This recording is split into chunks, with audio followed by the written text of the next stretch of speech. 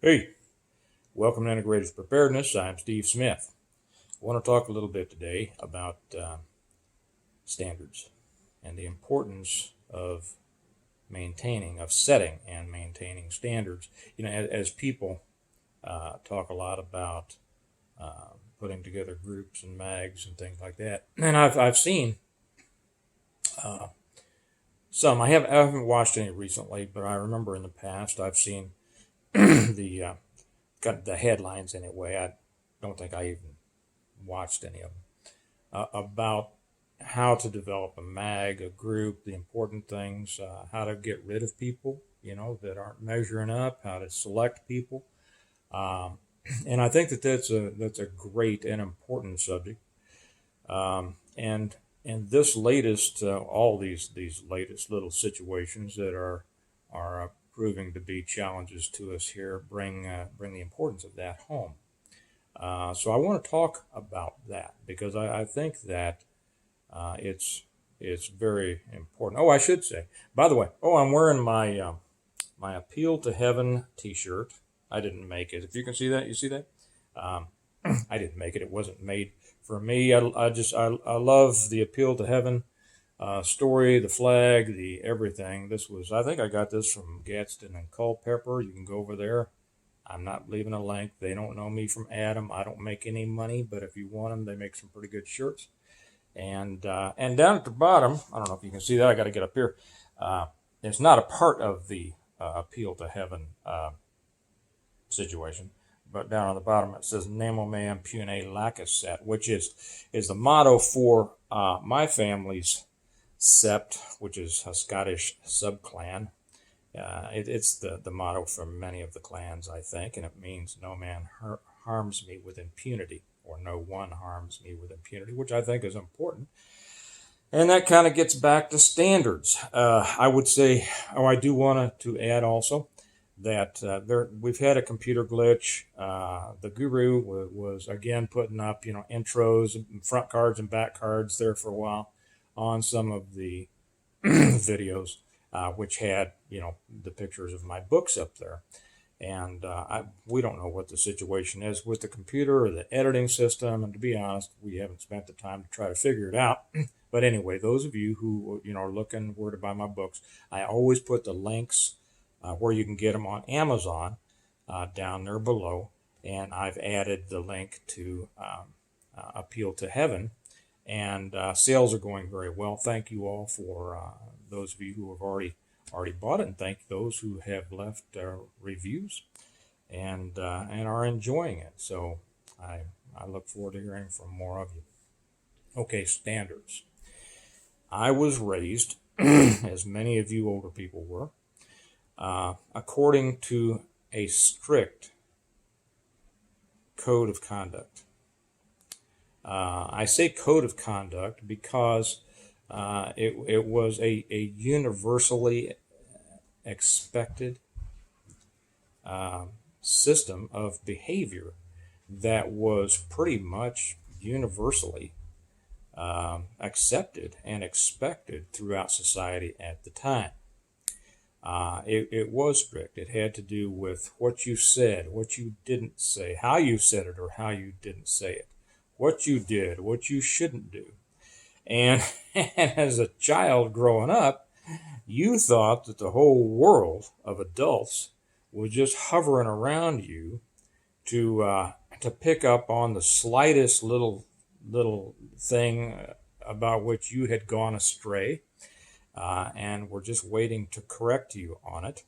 And to an extent, that was true because it wasn't just the parents who cared about this stuff. It was aunts and uncles and grandparents and the lady down the street and the guy that you ran into at the store and whatever. Back then, if a kid did something that was out of line, every adult felt, uh, that it was not necessarily their right, but their responsibility to point it out and say, "Hey there, Johnny, that's not the way to be. That's not the way to act." So if you were running down the street and you did something bad, and Mrs. Jones saw you out there and said, "Stephen Smith, you knocked that off," you would, You wouldn't smart off, you wouldn't talk back, you wouldn't laugh at her, you wouldn't ridicule her, you would knock it off. Seems like a quaint time, doesn't it? It was America during the 1950s and 60s, and it was a better way to raise kids than the way that they're being raised, too many of them now. And I don't mean everybody. I know some people that are raising their kids just great according to these, and I will say, strict guidelines of conduct. But while I say strict, I won't say harsh, because our corrections were done with great explanations, with the attention to teach us how to live and how to function, how to operate in the world of adults around us, so that we would be accepted into the circles of adults, so that we wouldn't, so that we would be appreciated as we were around, and that we wouldn't make fools of ourselves and outcasts of ourselves. Back then there really was. I mean, if a kid didn't act right, nobody wanted him around. Still the same today, but it's all the more common. So when I say that it wasn't harsh, but it was strict, when something needed to be clarified or corrected, our parents would sit us down and we would have a talk. And sometimes those talks were pretty long, and they were always detailed. Whether it was my mother or father, and usually my father, he would sit down and explain to me exactly what the problem was, what I had done wrong, why it was wrong, how I wanted to do it differently next time, and why I wanted to do it differently next time. And as soon as I thought that we'd exhausted that subject, he would begin again. And he would put the second layer on my understanding, right? As a result, there was a whole generation of us who came out with pretty similar, expectations of behavior. That changed. I should say this, because I saw the change when I was after a few years on the police department. Having had that raising, when I went on the police department, I understood that I was a new guy, that I should respect and listen to those who were superior in rank and experience to me, that I had very little to offer, okay, that I was there to learn to do the job that these guys had been doing for a long time. I had nothing to offer guys who had been doing a job longer than I had been alive. So in my day, we showed up and we sat in the right-hand seat while our training officer kept us alive for the first couple of months until he thought that we could keep ourselves alive. We kept our mouth shut and our ears open and learned. And the funny thing was, I was talking to a retired captain about this not too long ago. We were kind of chuckling about the old days. And I was explaining to kind of a younger person, I says, when I went on, nobody would talk to you. Once you were in a car and when you were being trained, the only person that would talk to you was your training officer. And like I said, he would talk and you would listen. And there wasn't any really fraternizing or socializing about it. You were expected to live up and do it. And then when you got in your own car, nobody would talk to you again. About once a shift, your sergeant would come by, call you on the radio, make sure you were still alive, check your reports, see what you've been doing, and then expect you to do your job to the rest of the shift when you came into the station, and handed in your stuff, and that was it. After about 6 months, maybe one of the other guys would give you a call on the radio and ask if you'd like to meet him for a cup, which meant a cup of coffee. Now, a cup of coffee in police back then was kind of the thing of the shift. The guys that they'd get together for a cup of coffee, it was a half an hour that they got to spend with people who thought like them instead of battling with people who didn't. And it was kind of a big deal. And so, of course, your answer was 10-4, at your convenience. And he would tell you where to be and when to be there, and you would be there. And if you were late, he was gone. He would go back and tell the rest of everybody, and I was never late, but I saw it happen later on. He would go back and tell everybody that you were late, and that meant pretty much the same to everybody. Well, he's not worth anything. He was told to do something, he didn't do it. Unless you were in a shootout or something or saving somebody's life. So he would sit and have a cup of coffee with you in some restaurant. And if you were smart and you were raised like we were, you didn't say much. You were courteous. You were respectful. You responded, to his questions, such as "How's everything going?" To which your answer was "Fine, good," and it wasn't much of a conversation, to be honest.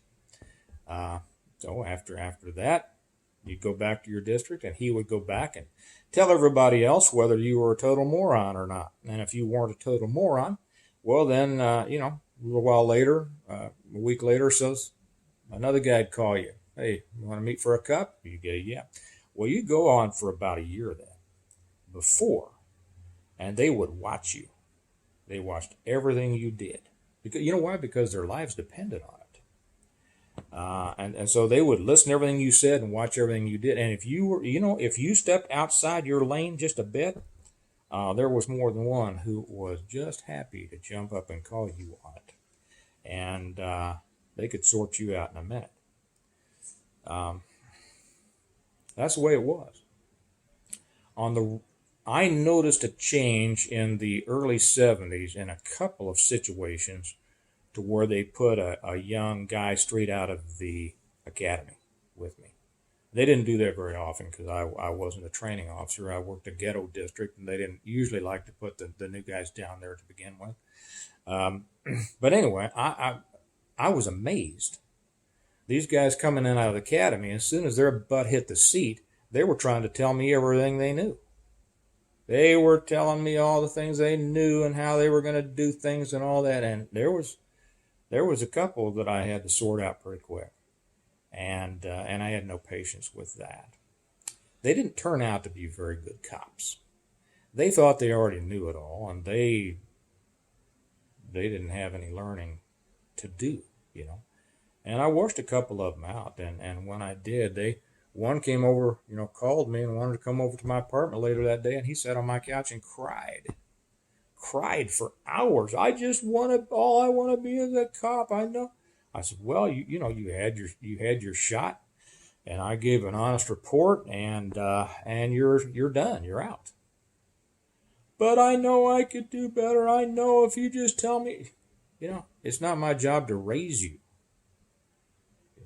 So that's it. I'm sorry. I hope you find something good to do with your life that you enjoy, but you're not coming on a department where I might have to rely on you. Okay. Anyway, I've seen a difference in not all, but many of the newer generations because of less than strict parenting in that regard. A lack of responsibility on the part of parents to raise their children properly so as to be able to operate within and access the opportunities of a greater world around them, with an understanding that it was the parents' right and responsibility to provide that guidance, and the child's responsibility to learn within it. Okay. I know somebody who told me to my face. He's related to me by marriage, not by blood. Said that he didn't tell his daughter what to do as she was growing up. That means from the time she was 3. I don't tell her what to do. I don't think it's my right to try to turn her into a certain kind of person. I want her to be able to be her own person and decide what's right for her. Well, of course, that's just gibberish for I'm a worthless father and I don't know how to, nor do I want to assume the responsibility of raising my child. So he didn't, and that kid's a mess. It probably always will be. Okay. Um, when putting together a group, now my wife Kelly, you know who she is, um, says that I am the hardest judge of people she's ever met. Well, that's not true. She just knows the nice part of my old friends. They're just as hard as judge as I am. But I will admit that I am a bit out of the mainstream when it comes to high expectations for those who I let in my life. Now, I don't go run around the world and tell people how they ought to be, but if someone is going to be included in my life, and that means that they and their actions or inactions or attitudes or whatever is going to affect me, then I am a very, very hard judge. There was a quote by Charlie Beckwith, and who some of you may recognize that name. I won't go into it here, but uh, and I didn't know him and I never met him, but he said something that I like a lot. And he says, "I'd rather go down the river with 7 studs than 100 blankety blanks." Fill in. You can imagine what it was, and that is the stinking truth. And that speaks to the importance of quality, not quantity. Quality of the people in your circle, quality of your friends, quality of the people in your group. It doesn't matter how many people you consider friends, how many people are in your group. If they aren't quality people, they could possibly be destructive to it. Now, the reason that this happens is that people nowadays have a tendency to let the small things go. Okay, and I don't. And there are some who know me that will vouch for that. If you are going to depend on someone, which means you have allowed them into the inner circle of whether your life, your group, whatever, they need to be jam up. Yeah, they need to be hitting on all cylinders all the time. Because if they have a weakness, that weakness is going to be exacerbated by challenging circumstances, by emergencies. It doesn't matter whether it's a skill, abilities, attitude, whatever, behavioral, whatever that is. Those weaknesses are going to be magnified during bad times.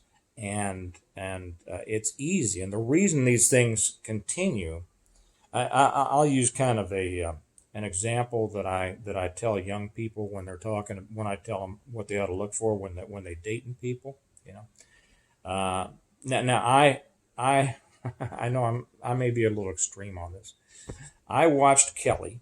Now she and I worked at the same place, so I know who she was. And I had the opportunity to, and I thought she was the prettiest thing I'd ever seen. So it wasn't that, I hadn't noticed her. I had. I watched her for over 2 years. And I had the chance to see how she dealt with people, how she handled her business, how she handled her work, how she handled pretty much everything. Plus, I heard other people talk about her. And I paid attention. And I watched her for a long, I know it sounds like a stalker, doesn't it? I wasn't. I was interested. But I know that when you go into a dating situation right away, there's everybody's on their best behavior, and that's not where you learn the most about somebody. You learn the most about watching them in their daily life. And I probably would have watched her for another year, except one of her brothers I was training him to fight MMA, and I was training him and another guy one night, getting ready for a tournament, And I overheard, and we got done training, and we went and had a beer. Yes, I know, a beer before a fight, right? Um, and I overheard the other guy say, "Hey, your sister, uh, something about she was going to go out with some guy." Okay, and I thought, oh, okay. Well, if she goes out with this guy, and then they like each other, and they get to dating for a while, then I'm just going to have to wait a lot longer. Sure, it won't work out, but I'm just going to have to wait a lot longer before I decide to pull the trigger. So I said, okay, well, I guess I better go. I've watched her for long enough.